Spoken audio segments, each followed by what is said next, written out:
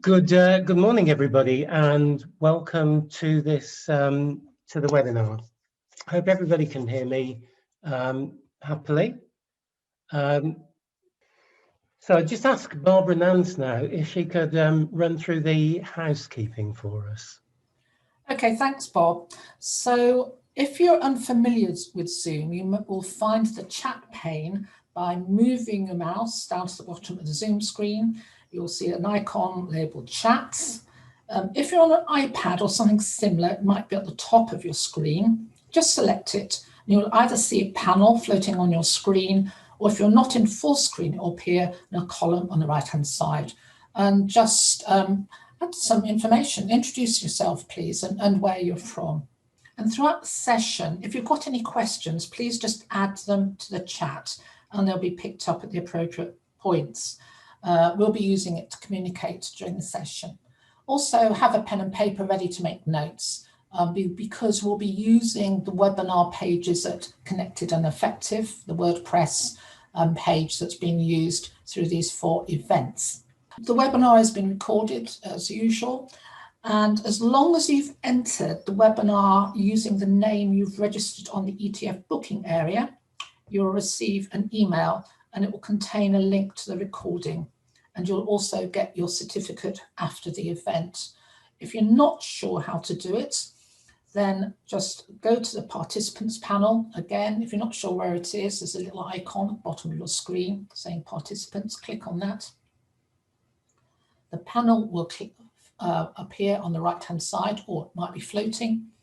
Just find your name, and to the right-hand side of your name, you will find a More button. Just click on it, and you'll be able to rename yourself. Just please make sure that you have got your first name and your last name on the participants panel. It makes it a lot easier to find out who you are, and also it'll ensure that you get a certificate at the end of this. I think that's all as far as housekeeping is concerned. So Bob, back to you. I say welcome, everybody. This is the third in a series of 4 connected and effective webinars that that myself and Jeff Rebeck are running for ETF. They arose because we put together a series of connected and effective modules for the Enhanced EdTech Micro Modules program. And we really tried to avoid being yet another clamoring voice in the din around remote learning that's arisen as everybody's been forced into it and has been struggling to keep afloat. So what we've particularly been interested in doing is trying to see what are the problems and to come up with some simple solutions towards them. So these 4 webinars, the past 2, those last week, which for any of you who didn't see them, will be available on recordings, and there are resources on our series website as well that you can go back and look at. They're about pedagogy and preparing, and you could describe those as the getting ready pair of webinars. The 2 this week are really about, okay, so those are the underpinnings, the foundations, let's now do it. And today's, as you'll see, is about maintaining engagement and ensuring progress. These are the aims and objectives, and I'll leave you to read them for yourselves. Okay, so that's what we're trying to do here today. And I should emphasize that the emphasis today is going to be on the engagement rather than the progress element of it. The main reason for that is that engagement is probably the bigger practical problem. A lot of progress is ensured by using existing systems, which are pretty much invariant whether you're doing it online or in a classroom. But engagement raises interesting separate problems. Each of these webinars is, we aim for about 45 minutes and then 15 minutes for questions or for you to go off and explore the additional resources. But one thing that I'm very keen to stress is that the webinar is really a stepping stone towards a much bigger picture. And on the Connected and Effective Webinars website, which Jeff has put together, you'll find pre-session materials, reflections, resources, references. There are thing links. There are a whole load of resources in there, which we hope you will find useful, but which we hope you will also see to be a part of, the asynchronous part of this whole educational experience. In addition to that, those of you who haven't encountered them, and I would suspect that's very few of you, the enhanced micro modules there are now 175 of them, the complete set, either up on the site or very near to being up on the site, and I would commend those to you as well. So I want to follow the pedagogy that I proposed at my very first session, and that's to start with a review. I think some of you would not have been in the first of these sessions, but nonetheless, I want to very quickly look back at what we covered there, because it's quite important for where we go. We looked at the main strand of the first webinar was looking at the difference between pedagogy, which is the study of teaching and learning, and digital pedagogy, which is how do you get the best out of technology for learning. They are separate, and they are different, significantly different, but it's critical that if we don't have a pedagogical model, then it doesn't matter how good we are with the technology, it's all just fireworks unless there is a pedagogical purpose underpinning it.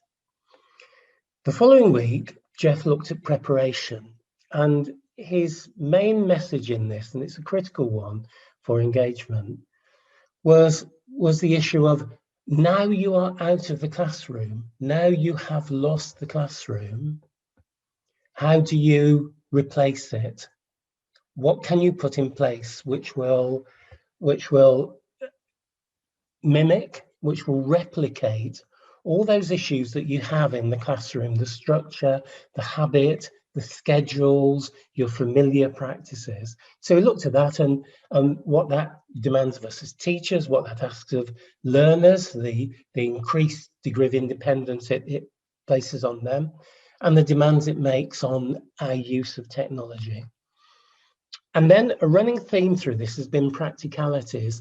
I offered you some templates of how to use the pedagogical models that we looked at, in particular Professor Rob Coe's model for great teaching and Barak Rosenstein's principles of instruction. So we got those templates. So that's it. Pedagogy against digital pedagogy, preparation and practicalities. And that brings us on to the subject of today's webinar. And I've put this as a couple of questions. So that's the question engagement asks. Immensely problematical if they are not physically in front of you and you can't see them. It can be difficult enough, I think, as we all know, in a classroom. But when your learners are dispersed across the neighbourhood, much more problematical. So how do we answer that question? And this is the progress question. I'm going to concentrate on engagement, because if there is no engagement, you can't really have progress. I would accept that. You can have fabulous engagement and no progress at all, because all you're doing is entertaining the learners. But as professional teachers, most of us are way beyond that. The serious problem we've got is, how do we ensure, how do we encourage, how do we try to manage learning so that our learners are working actively and mindfully? And this is the kicker really, this is for both synchronous and asynchronous learning.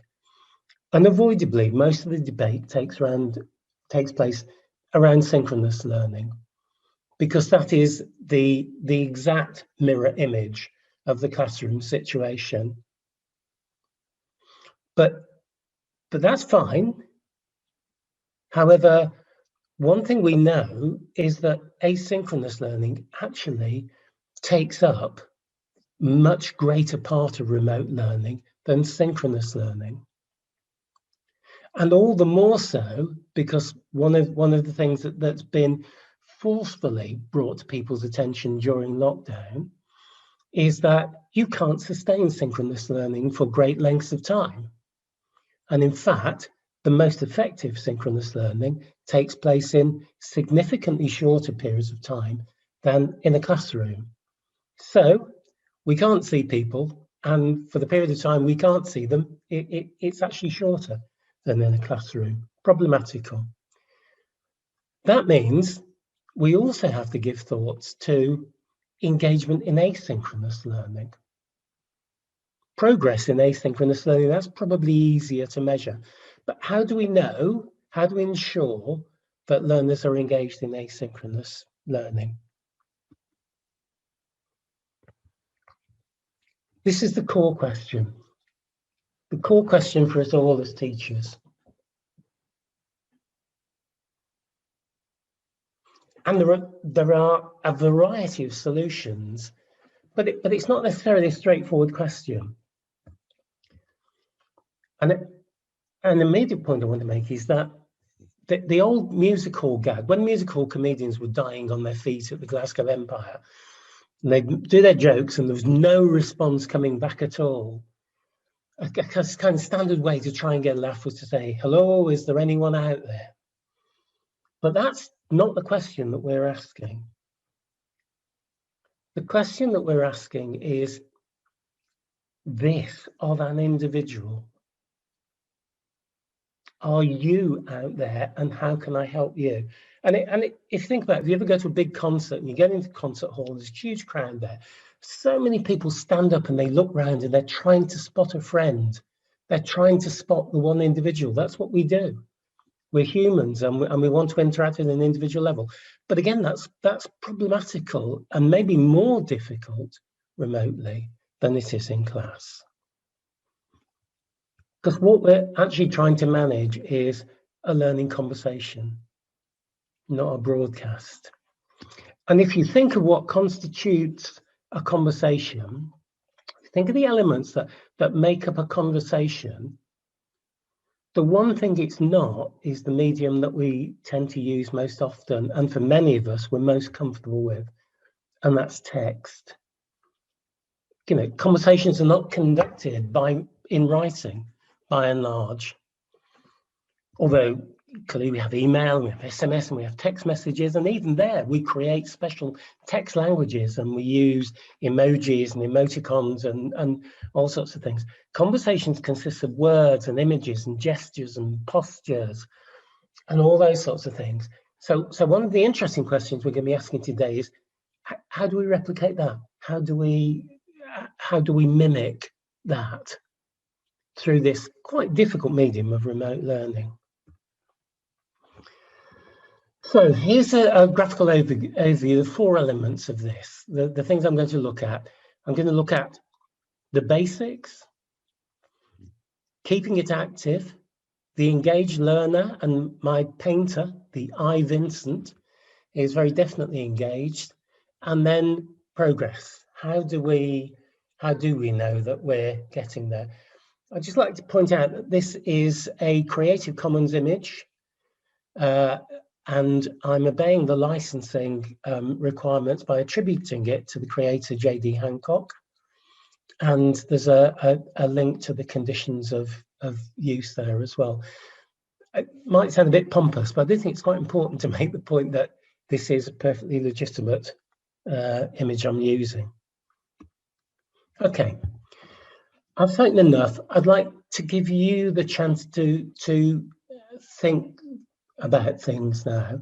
The 3 quick poll questions here that I would like you to read and to answer, and then we'll have a quick chat about your answer. I've just spotted that asynchronous is spelt wrongly, this next row, but not to worry. So I'll just give you a couple of minutes to have a look, to have a think about these questions, and then to answer them.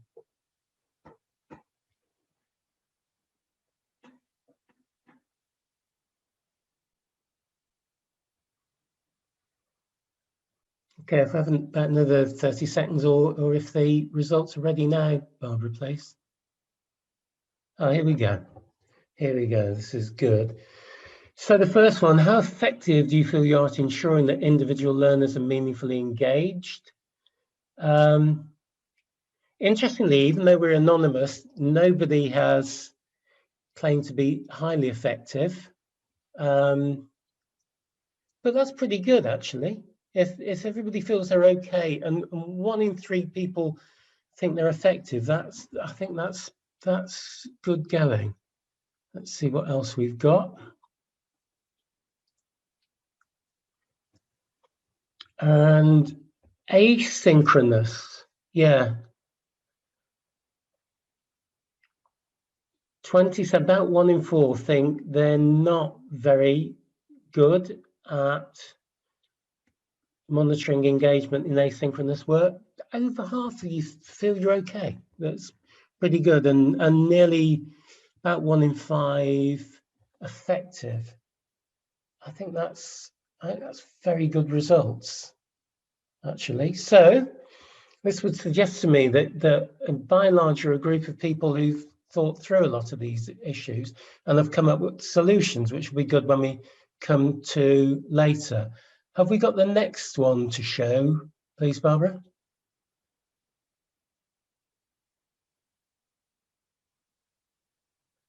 Okay. Again, give you about a minute to have a look at this and see what you come up with. And if you let us have the results as soon as they're ready, Barbara, that would be great. Wow, I'm impressed by that so many people have thought their way through asynchronous learning. It would be really nice to have a debate outside of this sometime about the methods that you use. And if anybody wants to email me, there's an email address at the end, and let me know what you do, how you plan and implement your strategies, and if you'd be happy for us to put that response up on the website for everyone to read, I'd be very pleased to see that. It's good. That's very interesting results. So thank you for that. So we've looked at that. You've obviously got a fairly good grasp of it. So what I now want to look at is just what are the dimensions of engagement? And I think there are at least 4 of these, if not more. But they are, is the learner physically present, which they may or may not be, but you can't always tell with remote learning. But more significantly, are they cognitively present? Are they actually engaging in their learning? Those 2 you probably wouldn't be surprised about. The next one is one that has been a big thorn in people's sides, which is, are they able to take an active part in the process? And that comes down to things like, have they got the appropriate technology and have they got the appropriate digital skills to use it? And that can be a real block for many learners. And then finally, is learning accessible and inclusive? All of this is so much easier when you're actually in the classroom, isn't it? You know, you can see that people are there, you can deduce that they're actually thinking and about what they're doing and actively learning by the actions that you're able to observe.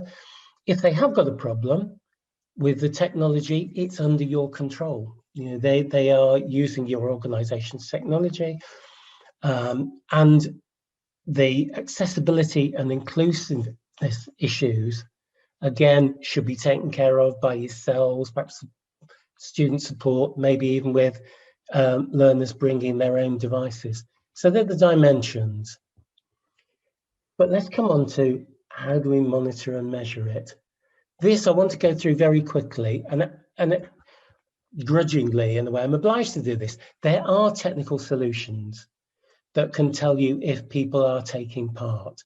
So many VLEs, learning platforms with SCORM compliant content, can tell you what has happened or if a learner is engaged.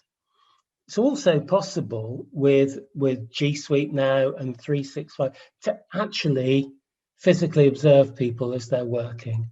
And I'm aware of that, and I suspect some of you who've responded that you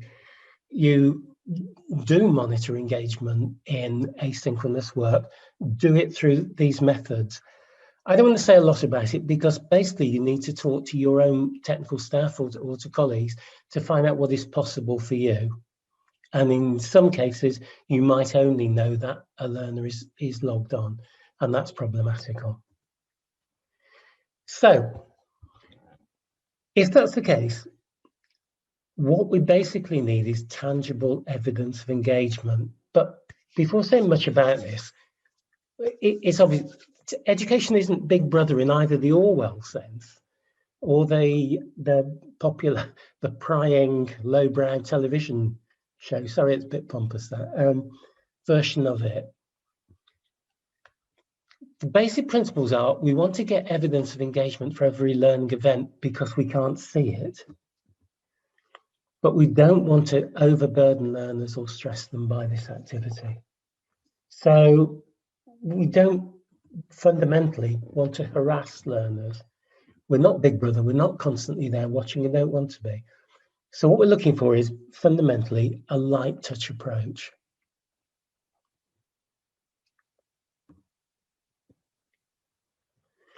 What I'd like you to do now is just to take out your pencil, your piece of paper, take 5 minutes and write down how many ways of gathering tangible evidence of engagement during synchronous learning you can think of.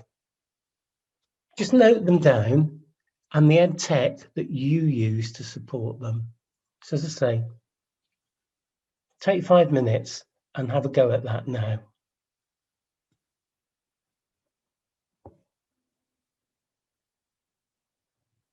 Okay, everybody. I wonder if anybody's brave enough to unmute themselves and read us their list. If you are, please unmute yourself and say who you are and very quickly read us through your list. Any volunteers?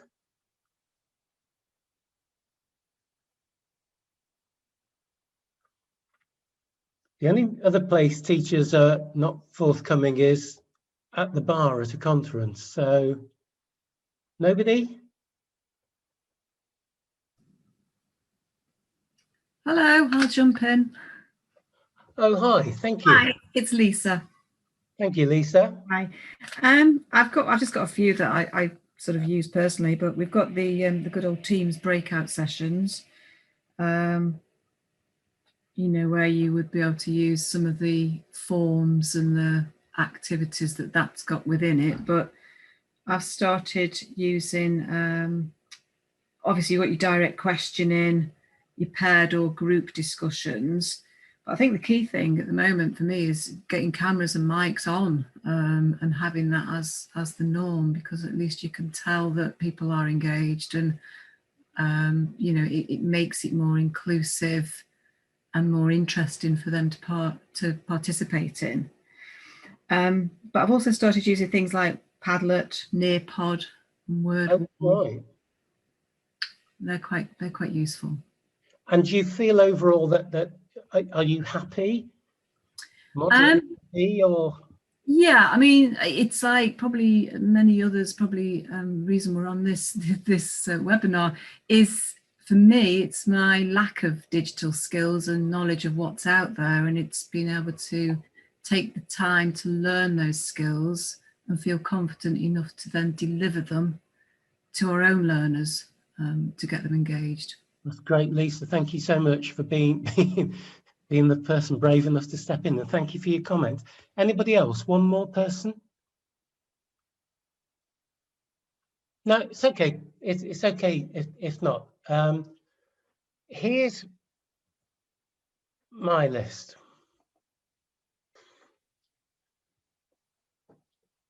The thing that I wanted to emphasize here, and the thing I wanted to come back to, is this notion of the conversation.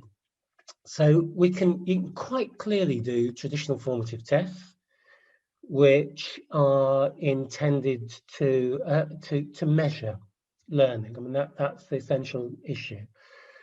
But there are simple things you can do, like scores, ratings, just using numbers or emoticons, because it's all about this issue of engagement. Is about, are people there?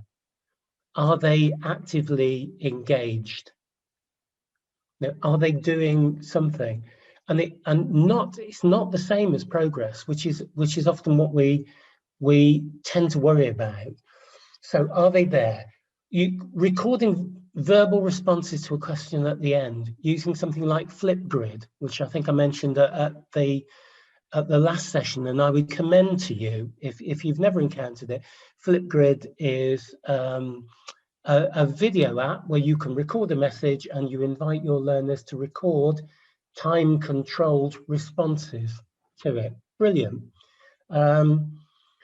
Asking people to summarize whatever, to post a question for you in chat or make a comment. Are there more? There are loads more. And I'm sure that some of you have got written down in your notes some of the ones that I haven't got there.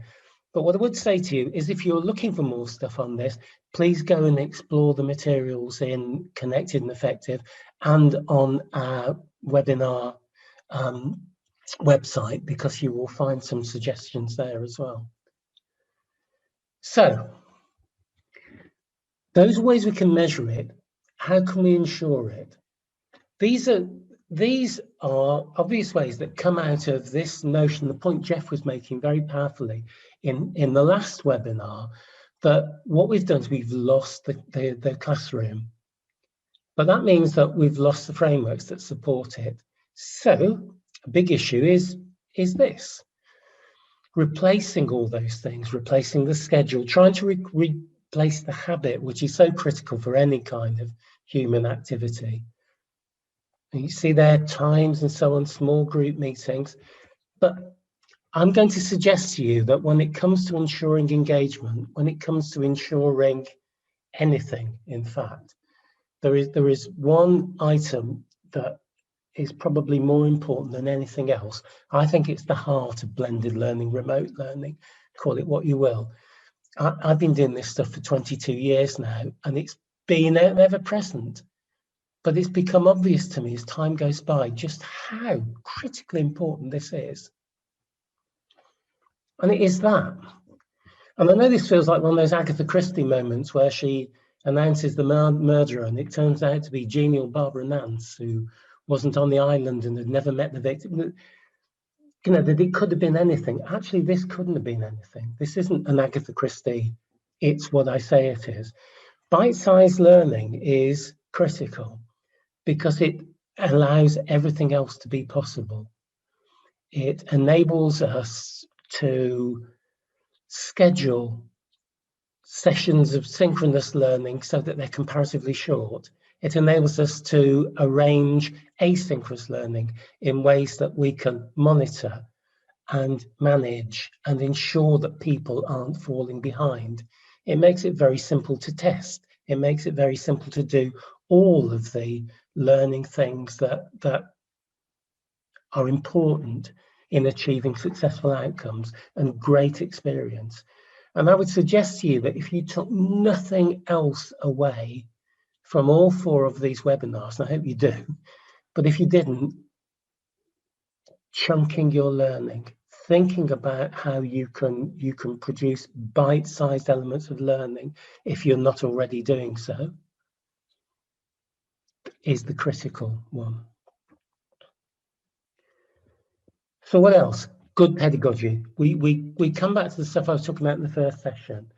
Coe's model for great teaching, Barrett Rosenshine's principles of instruction. Good pedagogy, such as those, precedes success.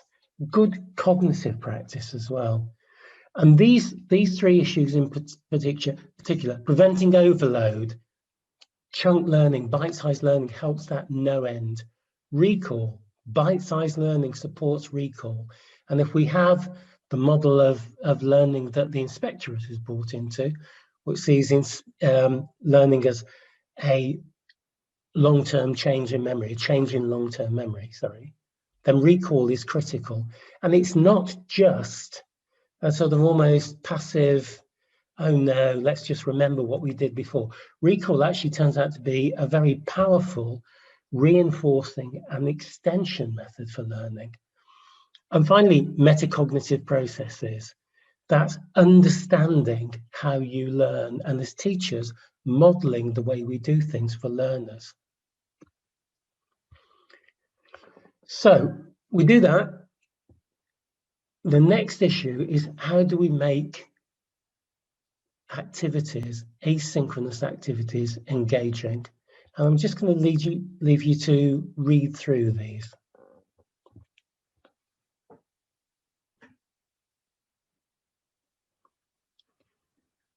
Nothing surprising there, but the one point I would like to pick up, because I do think it's an important one, is the notion of variety, of using different formats and technologies, and not content novelty and change, but making the most of the technology that you use. So this is not an argument for constantly using different technologies, but of trying to use the technologies you've got to the best and in different formats.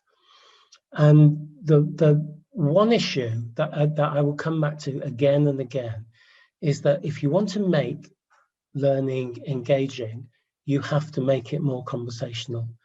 And one of the glories that we have is that digital technologies allow us to convey information, to communicate with one another in conversational ways. So we can use audio files, we can use videos, short video clips, which we can put into Word documents, we can put into spreadsheets. You can drop a bit of a video into a spreadsheet. You can use images and use all those things, but not only do that as teachers, but invite our learners to do the same thing and to actually answer in similar vein, and to teach them the skills that they need to do that. So that's critical there.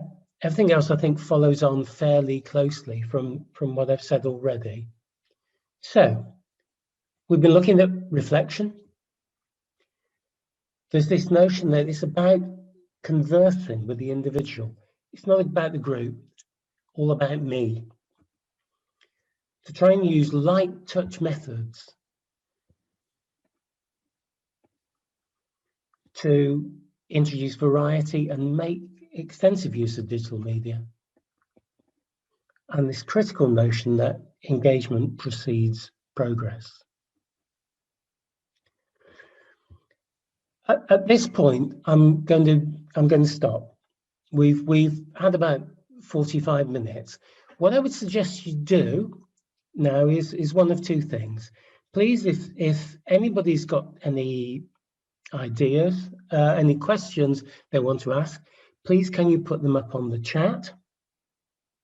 If not, I suggest that you would go to the website, which Jeff has put the link up to that, and please have a look through the resources, not only on this webinar, on webinar 3, but on webinars 2 and webinar 1 as well. In webinar 3, you'll find that that diagram, that picture I pulled up earlier, has been converted into a think link. So there are hotspots on it which you can click, and they will take you to a series of additional issues and items. Please go there, have a look, find your way around. And as I say, if you've got any questions, please do email us. We'd be absolutely delighted. Either email either myself or Jeff, and we'd be very happy to get back to you. So if anybody hasn't got any questions, then we'll close at this point. But if you have, please put them up now, and we'll try and respond to them.